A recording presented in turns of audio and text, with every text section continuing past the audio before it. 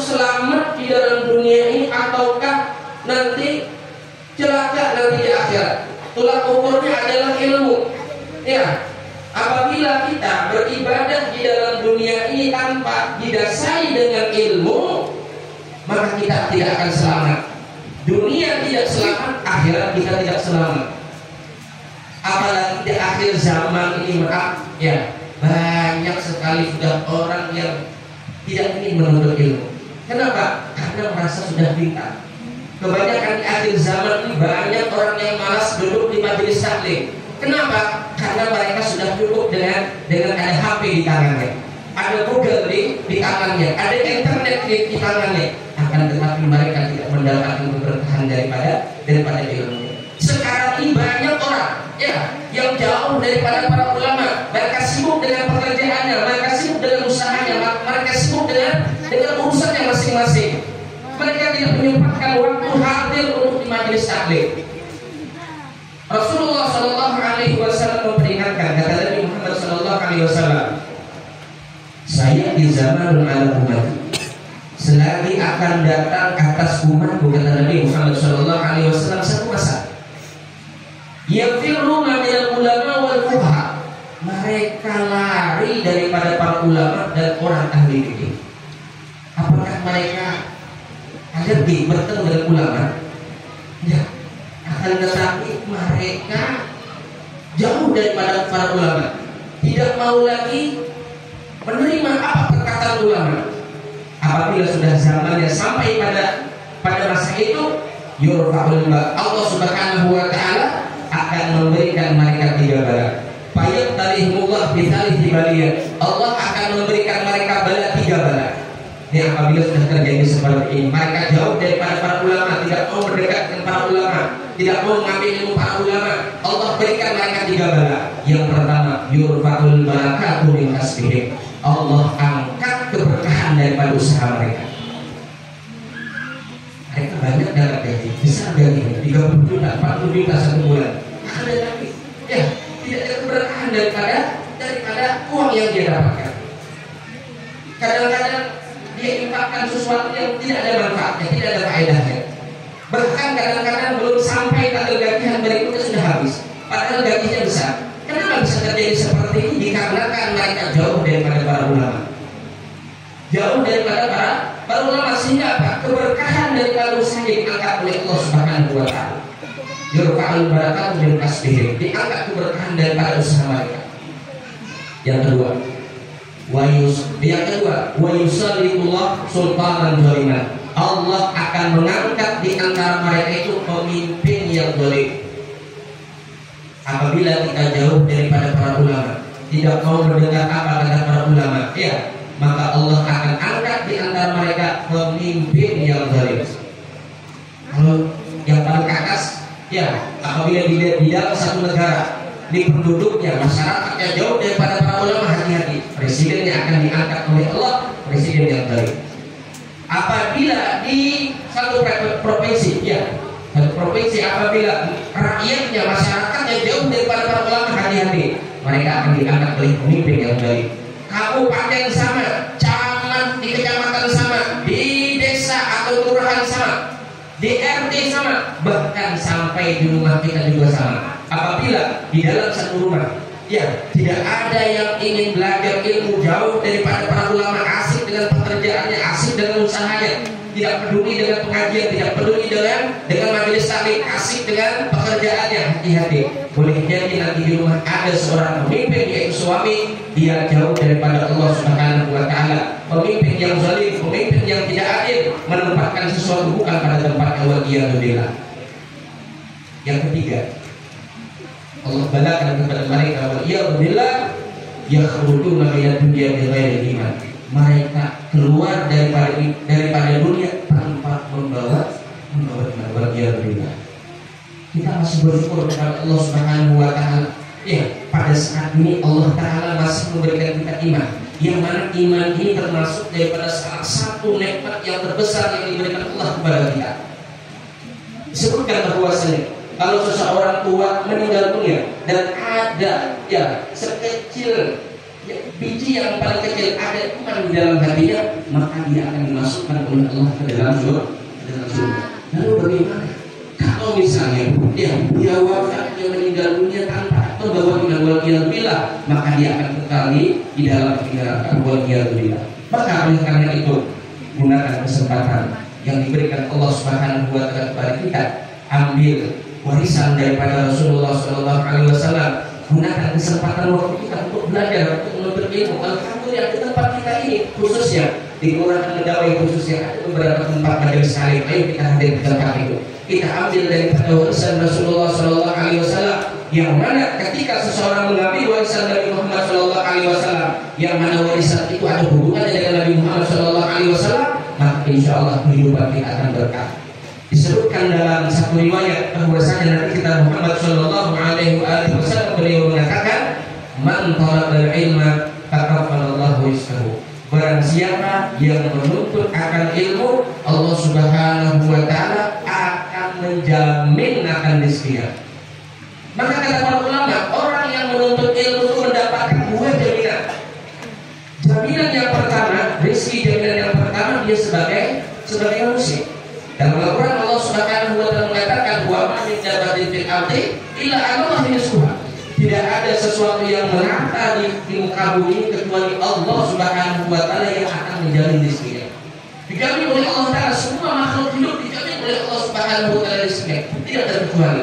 Akan tetapi ada tambahan satu, dijamin lagi bagi siapa? Bagi orang yang senantiasa belajar, bagi orang yang senantiasa menuntut ilmu. Allah Taala akan memberikan dua jaminan. Jangan khawatir Bapak dan Ibu, kalau kehidupan kita isi dengan belajar, menuntut ilmu, ada yang di masjid, ada yang di sholat, ada yang di majelis, ada yang di rumah, maka gunakan waktu kita untuk belajar, menuntut ilmu. Jangan kita habiskan waktu kita untuk mencari dunia. Waliyadzubillah. Lalu kemudian sesuatu yang berhubungan dengan Rasulullah Sallallahu Alaihi Wasallam juga ada keberkahan. Ya, sebagaimana diceritakan bahwasanya ada orang kaya, orang sugih yang banyak hartanya, dia meninggal wafat, dan orang sugih tadi ini meninggalkan dua orang anak laki-laki, dan hartanya dibagi menjadi dua, ya. Dan dua orang laki-laki kan mudah untuk membaginya, tinggal dibagi dua. Misalnya hartanya 100 juta, nanti 50 juta, 50 juta. Dan orang tuanya tadi punya simpanan rambut Rasulullah Sallallahu Alaihi Wasallam 3 helai. Kata mereka, udah 3 rambut Rasulullah. Nah, dikali satu, aku satu. Yang satunya kata kakaknya yang paling tua, kita potong jadi 2. Ya, dia. Karena ini si adik ini, beliau menghormati rambut Rasulullah Sallallahu Alaihi Wasallam. Beliau katakan kepada kakaknya, wahai kakak, nggak usah ini rambut Rasulullah Sallallahu Alaihi Wasallam nggak usah dipotong, nggak usah dipotong. Kita rambut Rasulullah Sallallahu Alaihi Wasallam ini buat biar aja, rambut Rasulullah Sallallahu Alaihi Wasallam, kata si kakak tadi, itu harta yang bagikan ke sana. Jadi harta yang adiknya tadi mau diambil dengan imbalan satu rambut Rasulullah Sallallahu Alaihi Wasallam, karena si adiknya nggak mau dipotong. Dan setujulah. Setelah beberapa lama, si adiknya tadi kan mendapatkan 2 helai rambut Rasulullah Sallallahu Alaihi Wasallam. Tidak beberapa lama kehidupannya meningkat, dunianya meningkat, kehidupannya senang, kehidupannya bahagia. Berkat apa? Berkat memuliakan rambut Rasulullah Sallallahu Alaihi Wasallam. Sedangkan kakaknya yang tadi yang ingin memotong rambut Rasulullah Sallallahu Alaihi Wasallam menjadi 2, lama-lama hidupnya melarat, hidupnya miskin. Coba kita lihat bagaimana sesuatu yang ada hubungan dengan Rasulullah Sallallahu Alaihi Wasallam akan kita dapatkan keberkahannya, akan kita dapat keberkahannya. Sebagaimana juga cerita Khalid bin Walid, seorang panglima perang. Beliau kurang lebih sekitar 100 kali perang, tidak pernah kalah. Khalid bin Walid seorang panglima perang. Pada suatu ketika Khalid bin Walid ini kehilangan pecinya, kehilangan sorbannya. Khalid bin Walid cemasnya luar biasa. Beliau perintahkan orang untuk mencari mana peci saya, mana sorban saya. Kata sahabatnya, wahai Khalid bin Walid, gak usah dicari sudah, kan sorban banyak aja, bisa diganti dengan sorban yang lain. Apa yang beliau katakan? Bahwa saya kata beliau, di sorban saya itu ada satu helai rambut Rasulullah Sallallahu Alaihi Wasallam yang saya dapatkan ketika Rasulullah Sallallahu Alaihi Wasallam melaksanakan ibadah umrah dan beliau tahallul, ya, memotong rambutnya. Kemudian saya dapatkan satu helai rambut Rasulullah Sallallahu Alaihi Wasallam, lalu saya letakkan di peci saya letakkan di sorban saya. Maka berkat itu, berkat ada rambut Rasulullah Sallallahu Alaihi Wasallam, Allah Subhanahu Wa Taala berikan kemenangan kepada Khalid ibn Walid. Coba kita lihat bagaimana keberkahan Rasulullah Sallallahu Alaihi Wasallam. Dan para ulama juga mengatakan bahwasanya ketika diadakan peringatan Maulid Nabi besar Muhammad Sallallahu Alaihi Wasallam, ya, diadakan sajian-sajian seperti ada kandung, ada buah-buahan, ya, ada makanan dan sebagainya. Insya Allah akan mendatangkan keberkahan. Akan mendatangkan keberkahan. Kenapa? Karena ketika disebutkan kata Sufyan Ibnu Uyainah, beliau mengatakan inda dzikr shalihin tanzilur rahmah. Ketika disebutkan, diceritakan cerita orang saleh, maka akan diturunkan Allah rahmat. Lalu bagaimana lagi kalau yang diceritakan itu cerita Rasulullah? Ya, cerita orang saleh saja dapat turun rahmat Allah Subhanahu Wa Taala. Apalagi yang diceritakan itu cerita Nabi, sebagaimana tadi ibu-ibu membacakan Maulid Simtud Dura yang dikarang oleh Al-Habib Ali bin Husain bin Muhammad Al-Habashi. Wa laqad kasafa sallallahu alaihi wasallam min mahasin akhlaq bila tentang kita bagi butul Allah. Kata sallallahu alaihi wasallam ahsanana khuluqan wa khalqa wa awwalahu ila makarimil akhlaq sarqa wa awsa'ahu bil mu'minina ilman wa rifqa. Itu cerita Rasulullah sallallahu alaihi wasallam. Bunida sallallahu alaihi wasallam maktu asurah. Itu cerita Rasulullah sallallahu alaihi wasallam. Jadi ketika diceritakan cerita Rasulullah sallallahu alaihi wasallam, maka tentunya rahmat Allah Subhanahu Wa Taala akan turun di tempat itu. Kemudian ada sajian-sajian makanan di tempat kita sajikan, ya. Kenapa biasanya di tempat kita itu ada uang, ya? Uang ini kalau kita dapat, uang ini dijadikan apa? Dijadikan kalau orang kampung itu pikika. Kalau sini jangan adalah disimpan uangnya, dicampur dengan uang yang lain. Kalau misalnya ada dompet, campur dengan di dompet yang lain, ya dapat berkah kita. Ya, kalau orang soleh saja dapat berkah kita, apalagi Rasulullah Sallallahu Alaihi Wasallam bercerita dulu sekitar tahun, belum masih kecil ya, sekitar tahun 90-an lah. Ibu saya itu kalau kalau disumpul itu beliau berangkat itu. Nah, dari kampung berangkat kurang lebih sekitar 6 jam naik taksi dari kampung ke Martapura. Setiap diadakan peringatan haul sisama ibu saya berangkat. Setelah beliau pulang dari sekumpul, ya, beliau bawa sisa makanan. Biasanya di sekumpul itu orang nasi samping biasanya. Dikumpulkan beliau sedikit kumpulkan, kemudian dijemur nasinya tadi, nasi sampingnya tadi dijemur, dan kemudian dikasihkan kepada anak-anaknya. Dikasihkan kepada anak-anak, termasuk mungkin dikasihkan juga oleh mama saya. Dikasih makanan daripada berkat daripada haul sekumpul tadi. Alhamdulillah, ya. Walaupun misalnya kita nggak pintar-pintar juga, alhamdulillah, ya. Nah, bisa ceramah di tempat biang-biang sebentar ini. Padahal maklum bukan orang alim, bukan bapak saya orang alim, bukan. Alhamdulillah, kakak saya sebelum lain, alhamdulillah berkat apa?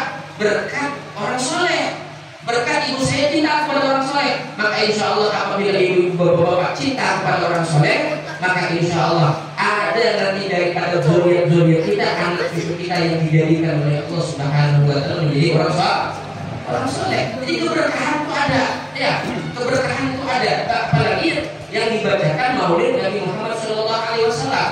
Ingat sabda Nabi Muhammad Sallallahu Alaihi Wasallam, beliau mengatakan, kata Nabi Muhammad Sallallahu Alaihi Wasallam, dzikrul anbiya dan ibadah. Ketika kita menyebutkan cerita para nabi, itu termasuk daripada ibadah. Wa dzikrus shalihin kafarah. Ketika kita menyebutkan, menceritakan orang saleh itu sebagai tebusan keparat daripada dosa-dosa kita. Wa dzikrul qabri sadaqah. Dan ketika kita menyebutkan kubur, kita ingat kubur, itu adalah sebagai sedekah kita. wa dzikrul maut yuqarribukumul jannah. Dan ketika kita ingat akan kematian, itu bisa mendekatkan kita ke dalam surga Allah Subhanahu wa taala. Bapak dan Ibu yang dirahmati oleh Allah Subhanahu wa taala. Ketika diadakan Maulid Nabi Muhammad sallallahu alaihi wasallam disebutkan ya cerita-cerita Nabi. Kita sedikit menceritakan bagaimana Rasulullah sallallahu alaihi wasallam itu. Dalam kitab Maulid disebutkan karena sallallahu alaihi wasallam ahsanan nasi khuluqan wa khalqa. Nabi itu adalah orang yang baik khuluqnya, baik akhlaknya. Apa akhlaknya baik, perangainya baik, sifat pembawaannya baik, dan khuluqnya apa? Akhlaknya apa? Penciptaannya baik, akhlaknya baik. Itu Rasulullah sallallahu alaihi wasallam. Khuluqnya Nabi sallallahu alaihi wasallam itu diantaranya ya, Nabi itu orang yang kuat. Orang luar biasa Nabi sallallahu alaihi wasallam. Pernah suatu ketika ada seorang kakek Quraisy yang bernama Rukana. Rukana ini kan orang ahli gulat di pada masa itu. Orang yang paling kuat, tidak ada yang bisa mengalahkan Rukana pada waktu itu. Pernah suatu ketika Rasulullah sallallahu alaihi wasallam berduaan dengan Rukana. Berduaan ya. Diajak oleh Nabi, "Ya Nabi, wahai Rukana, tempat aku ya Nabi. Ikut agama saya yang saya bawa. Saya ini adalah utusan Allah." Kata Rukana, "Wahai Muhammad, bila kamu jujur, agama jujur, engkau buktikan." Nah, kata Nabi, "Kamu apa?" Nah, kata Rukana, "Kita bulat." Bakal nih bulat nah, seperti orang main MM itu, bulat seperti itu. Maka ketika Rukana ini bangkit daripada apa? Ketika duduk berdiri, dia bulat dengan Rasulullah sallallahu alaihi wasallam. Tidak beberapa lama Rukana ditumbang. Padahal dia paling kuat pada waktu itu, nggak ada yang bisa mengalahkan. Kemudian kata Rukana bulatnya lagi sampai diceritakan bahwasanya sampai 3 kali Rukana kalah terus. Lalu kemudian Rukana mengatakan, "Wahai Muhammad, adakah lagi sesuatu yang mengherankan, sesuatu yang bisa membuat saya percaya bahwasanya engkau itu adalah utusan Allah Subhanahu wa taala?" Kemudian nanti kau lihat itu pohon, ya Nabi. Kau lihat pohon itu. Saya ambil pohon itu tempat saya ini. Sebagaimana dalam kitab Buddha disebutkan, "Ja'at li da'watihil asjaru sajidatan tamshi ilaihi ala saqin bila qadami." Ja'at li da'wati asjaru sajidatan. Datang pohon berarti panggilan Rasulullah sallallahu alaihi wasallam, datang dengan berangkat dengan akar-akarnya. Akar-akarnya angkatnya berjalan menghadap Rasulullah sallallahu alaihi wasallam. Kemudian pohon tadi sujudnya di hadapan Nabi sallallahu alaihi wasallam. Setelah sampai di hadapan Rasulullah sallallahu alaihi wasallam, beliau perintahkan wahai pohon, kembali lagi kepada tempat. Kembali lagi dia berjalan sampai pada tempatnya, dia masuk dari akar-akarnya. Kejadiannya seperti ini. Akan tetapi namanya orang tidak mendapatkan hidayah daripada Allah Subhanahu wa taala, dia kembali kepada kaumnya, bukan kembali kepada kaumnya, mengatakan tidak ada yang lebih hebat sihir yang timbang daripada Muhammad. Muhammad hebat sihirnya, dikatakannya sihir. Nabi tidak dapat hidayah daripada Allah Subhanahu wa taala. Itu salah satu daripada kekuatan Rasulullah sallallahu alaihi wasallam.